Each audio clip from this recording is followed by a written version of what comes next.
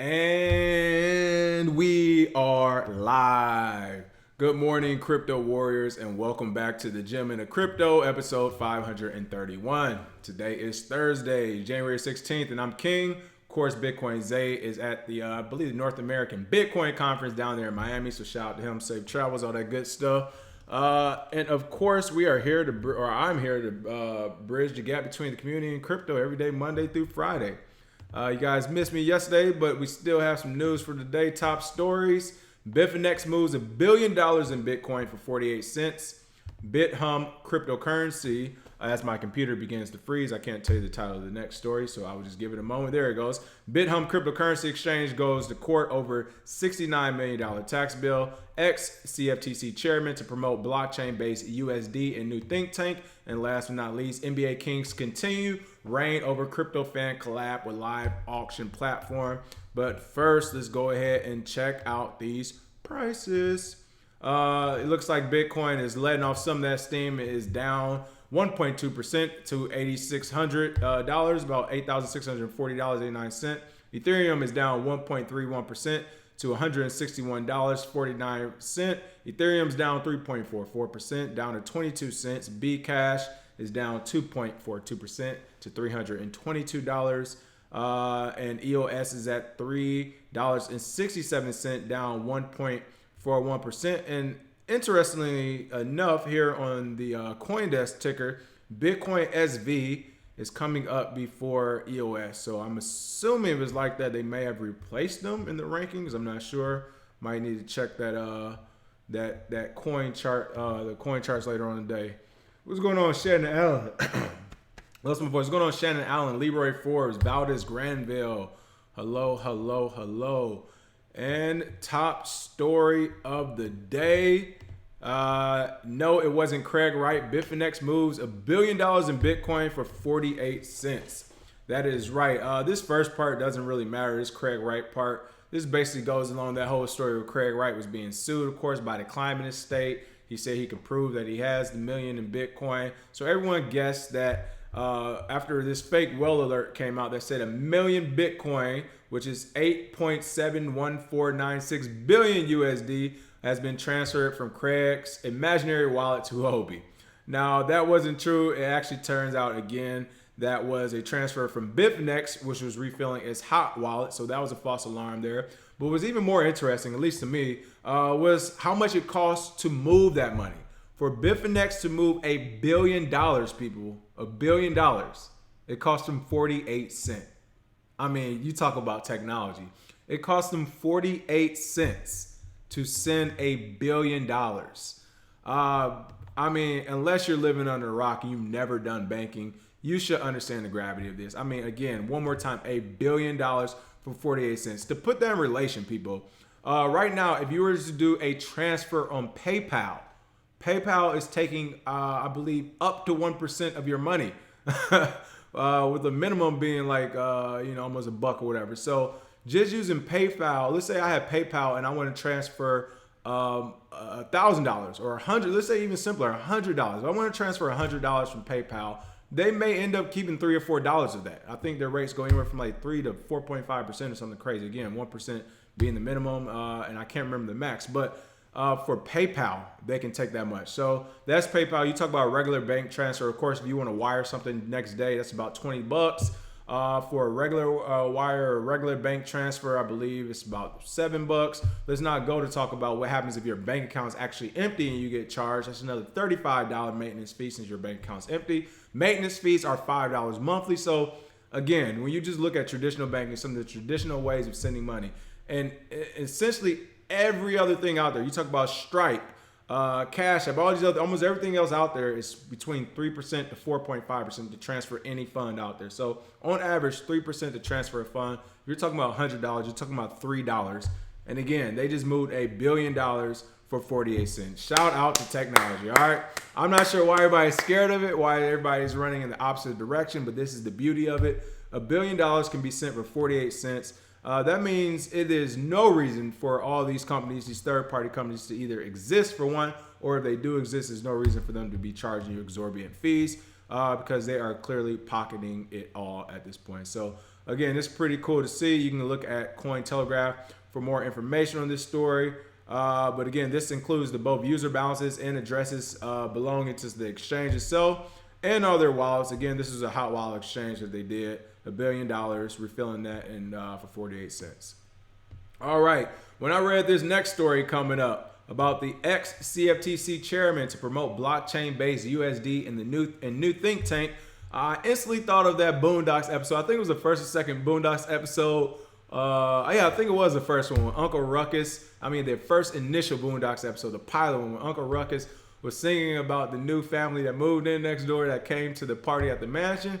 And by blanking some things out, he basically said, don't trust them new over there. So I read this story and all I kept mumbling to myself was, don't trust them new. It's over there. Don't trust them new over there. And that's how I felt about your crypto dad, Giancarlo, after seeing this story. That's right.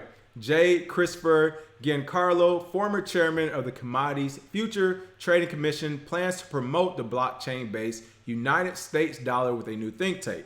Giancarlo, who was somehow given the name by a few random people on Twitter who didn't join the Bitcoin market until Bitcoin is at $20,000, and a few other low-level news folks out there started calling Giancarlo crypto dead for advocating a, quote, do no harm approach to blockchain regulation, which at the time we said was fake news. There was no do no harm approach from the CFTC because they already started doing harm. This was him basically just trying to put people on a different course so they don't understand what the CFTC and other government agencies are actually doing to crypto. And that's basically playing a 20 to 50 to 100 year war on it by saying, hey, we can't beat it now. We definitely don't want to join it, but we're going to dismantle it piece by piece, day after day, month after month, year after year, which we have saw began since the early part of 2018 when regulators first came out full force. And that's when you actually first started to hear about crypto dead Giancarlo was in 2018 when the regulators came out to regulate Bitcoin, right? Of course, Giancarlo, which I kept saying, don't trust him, don't call him crypto dead, don't believe the CFTC, don't believe the government, they play a long game. Of course, crypto dead left the CFTC shortly after he got that moniker, and of course went to go start his own thing in the private sector, consulting for other blockchain and cryptocurrency companies. Again, don't trust them new over there, and you definitely don't want to trust him. But it looks like Giancarlo's digital dollar is based on none other technology behind Bitcoin, like every other cryptocurrency out there for the most part, kind of a little bit with the exception of Ethereum, right? But according to a January 16 report by the Wall Street Journal, the ex-CFTC chairman is establishing the nonprofit foundation to study prospects for converting the dollar into a fully electronic currency based on blockchain, the underlying technology of Bitcoin. As reported, the initiative will be promoting research and exploration of potential benefits presented by digitizing the US dollar and is expected to launch later on January 16. A few things. Now the goodness. I'm not going to be all negative Nancy. The digital dollar, technically we already have it, people. It's why you go on your cell phone to check your bank account. It's why you go online on your laptops and computers to check a bank account. We already have a digitized version of a dollar. And if anything, we're probably one of the few mainstream or major countries that are still using a lot of currency. And by a lot, it's not high. I think in the United States, only about 24% of people use cash. So it's still not a very high number, but it's higher than some other countries. You start talking about some of the countries in Asia, you talk about South Korea, China, Japan, that number is even smaller. They're not using cash. Everything is being done electronically. So basically everyone has a digital dollar. What they mean by digital dollar, Giancarlo specifically, as well as the rest of the government, is how can we create our own blockchain, which again will be a private database by the United States government or the Federal Reserve. They decided to team up and join in on it, as we did the United States dollar. How can we create this private database where we now own all our money digitally? Right now, we don't have that, of course. Everything's getting actually printed out at the Federal Reserve. They want to say, hey, how can we print this money electronically the same way Bitcoin prints their money, or the way we mine Bitcoin, right? But again, this is based on behind the technology of Bitcoin. Now, the good in all of this is that if we do move forward and create a digital dollar, they are going to need people that know what they're doing in the blockchain industry to come support, whether it's answering phone calls, teaching, other people in the CFTC or SEC, other people how to use a digital dollar, or how this blockchain works, or how the process works. All this means is more jobs. So that's the good thing about this digital dollar, is that if we get it, which we probably will, once we get it, including CBDCs and all that, once this happens, they're going to have a mass hiring. If you remember the 2 or 3 government positions that we already talked about, I think on the low end, they were hiring people about $250,000 to $300,000 who knew anything about cryptocurrency and blockchain. So imagine that being proliferated. That is what would happen if we have a digital dollar. Overnight, you would see thousands of jobs go up for all type of blockchain and cryptocurrency specialists. So for people who've been following this channel, that is a win for all of us. On the flip side, though, as I said, the negative part is based on the technology behind Bitcoin. Just use Bitcoin. You don't need to recreate the wheel. It's already been created. It works. We already know a centralized mechanism like a digital dollar or CBDC. The glaring flaw with it is a security flaw. If someone hacks it, they can hack that one thing. Or knowing the government, let's say we separated between 30 to 50 different computers or nodes, they can still hack that. With Bitcoin, it's spread across millions or thousands of nodes out there. You cannot hack that, or at least not to this day. So I'm not sure why they're recreating the wheel. And last but not least, when it comes to Giancarlo, here's the thing, people. Even though he left the government at the end of last year and started doing his own thing, where is it at? Let's see. Yep, in September 2019, Giancarlo joined the board of advisors of the Chamber of Digital Commerce Digital Asset Lobbying Group. So, of course, he became a lobbyist. And again, he left that posting, I believe, late last year at the CFTC. But even if he left the post, you have to understand the position he was in. He was the chairman of the CFTC. Do you really think as a private entity now, he's not still working with the government on digitizing the dollar? Of course he is. This is what we see happens with Goldman Sachs, JP Morgan Chase, what other people, the Lehman Brothers at the time when they were there. You had all these senior level executives going from Goldman Sachs, again, all these banks and capital funds, right over to Wall Street, right over to the Treasury Department, right over to regulators, right over to CFTC. The SEC helped make laws, help change laws, help create opportunities for their businesses, and help limit opportunities for any other competitors. Then they were literally flipped back over and become an executive back at that company.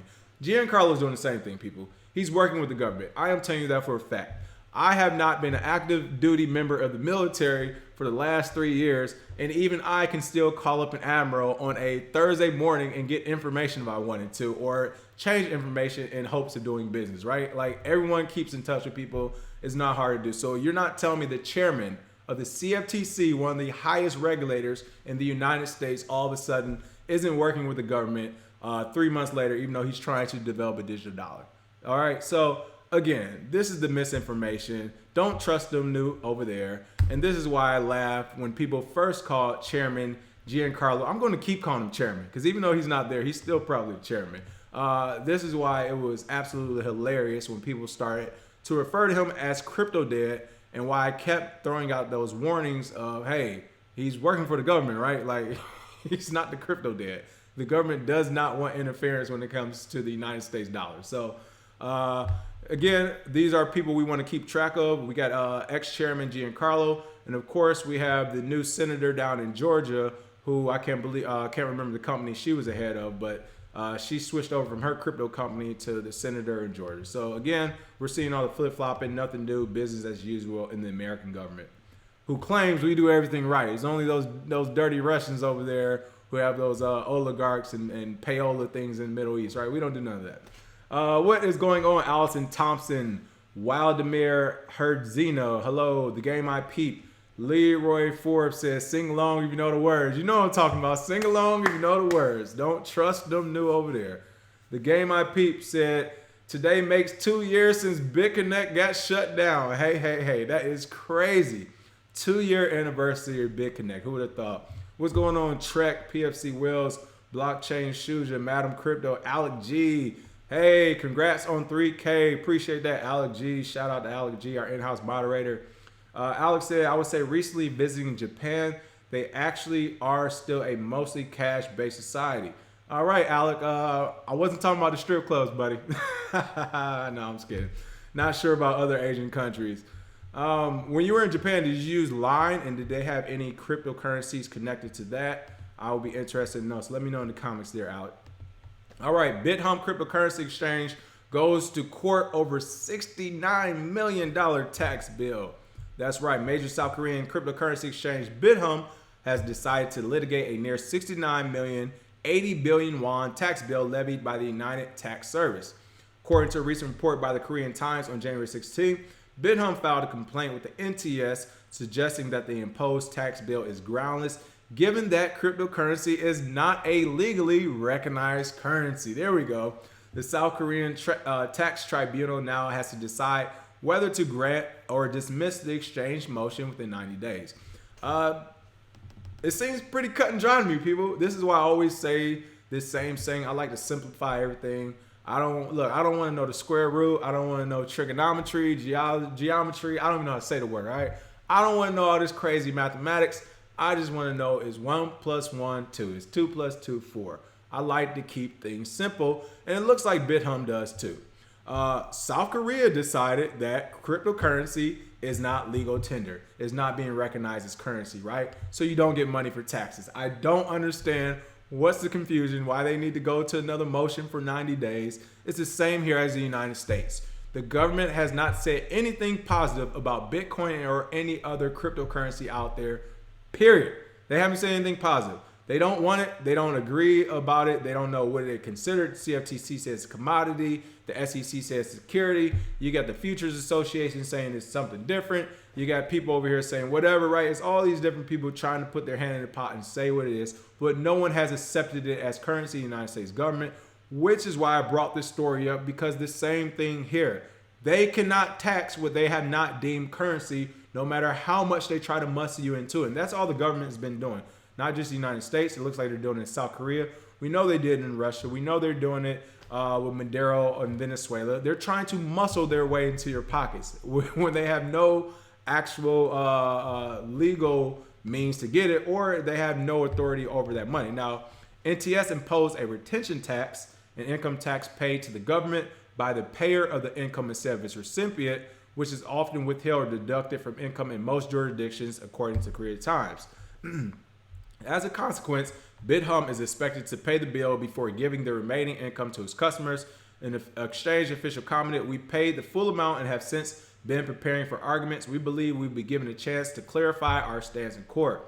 The NTS has claimed that gains withdrawn from accounts held by foreigners are taxable income, and therefore it has a right to impose such a tax. Again, another big thing in cryptocurrency we talk about weekly here. This is why you cannot tax it. Because if South Korea were to go forth and tax them on this foreign tax, now on this foreign income tax, which is taxable, nothing is stopping the United States from calling up BitHum doing the same thing. Hey, you gave South Korea, what is it? You gave South Korea $69 million. I know you have some American customers. Hey, we want at least 10 million. Oh, Russia pops up. I know you have some Russians. We want at least 13, 20 million. Hey, Venezuela pop up. You ain't had no Venezuelans? We want at least 5 million.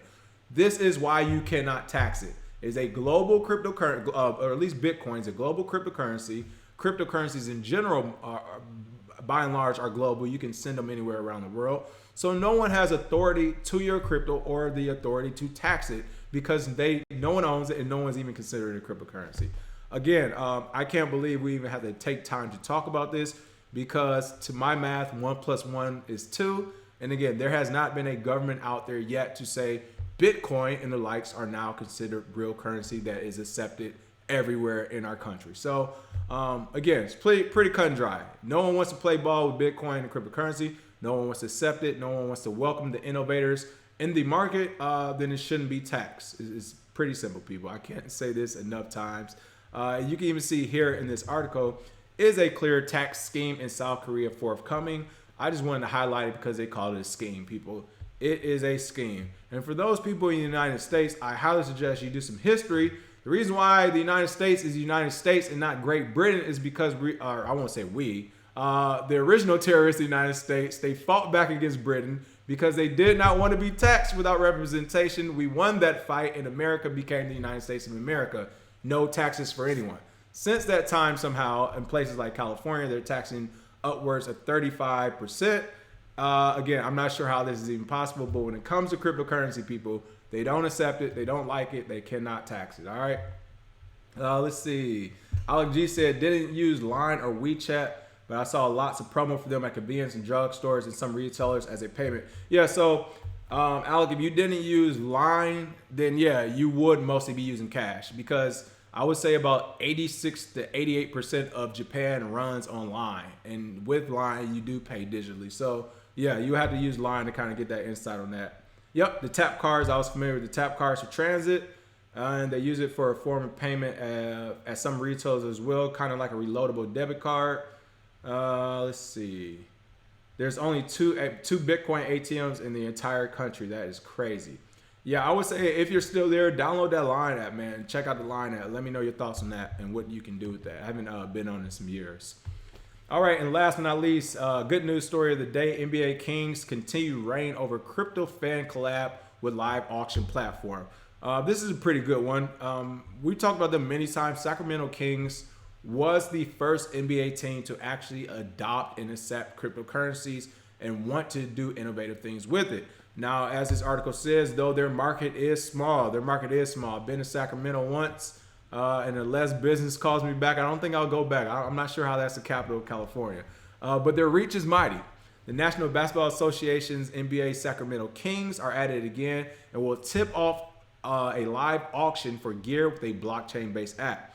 On January 15th, the team announced its new live action platform with blockchain development firm Currencies. Starting tonight, fans can bid live on in-game sports gear. The platform reportedly authenticates auction items, patching problems that have long bedeviled gear-hungry fans.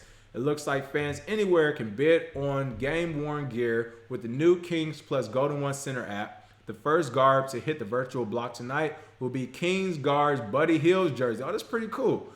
Proceeds from the virtual auctions will support various charities. Tonight's will go to Hurricane Dorian relief effort in the Bahamas. And then again, Kings CTO Ryan Montoya said, we have integrated blockchain technology into our business across multiple platforms. Now our fans will have the opportunity to securely purchase authentic game-worn merchandise in real time using an innovative blockchain-based solution.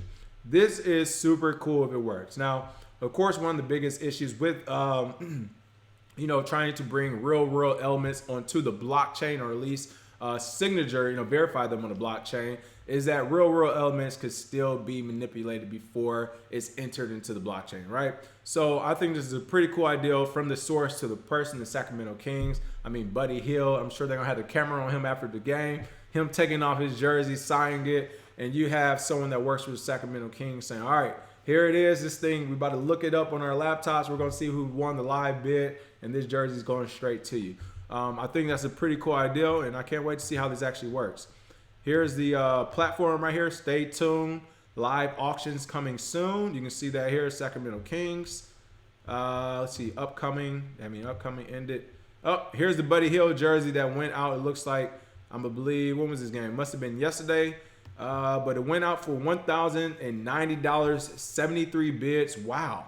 So people are actually on this platform and use it already, people. This is pretty cool. 1,560 fans are watching. This is good numbers. You talk about 1,500 fans are watching, 73 people bid on it. And this is Buddy Hield from Sacramento Kings. No offense to the organization or Buddy Hield, but to be fair, they aren't, the most mainstream out there. At least a lot of people who have no clue who the Sacramento Kings are. And there's even more people who don't know who Buddy Hield is. I know he is. He's a great three-point shooter, great basketball player, or a very good one. I won't say great yet, but a very good basketball player. But I think these are good numbers. 1,500 people watch it, 73 people bid on it. And again, this is from a small market team. So really cool to see. And I can tell you now, if this thing works and it takes off, you better believe the Los Angeles Lakers are next in line to try to adopt this. And the reason being is because the LA Lakers are a cash machine, people. They bring in money internationally. So you talk about their international market. If you can have a LeBron James jersey right after he got done playing with it, let's say in the Western Conference Finals against the Clippers or something, people, that thing, I mean, this will go crazy. Everyone will be online trying to get it in the basketball community, and that alone will bring a lot of attention, not only to, as you see here, digital tokens, but also tokens and the blockchain economy as a whole. So again, just for using this site, people are learning about blockchain technology. Really cool to see. And shout out Sacramento Kings and Buddy Hill for launching that program. Let's see. PFC Will said baseball can learn a thing or two from b-ball. That's right. Yeah, baseball as well. And yes, thanks as well, Donna Mojave. Make sure you smash that like and share button.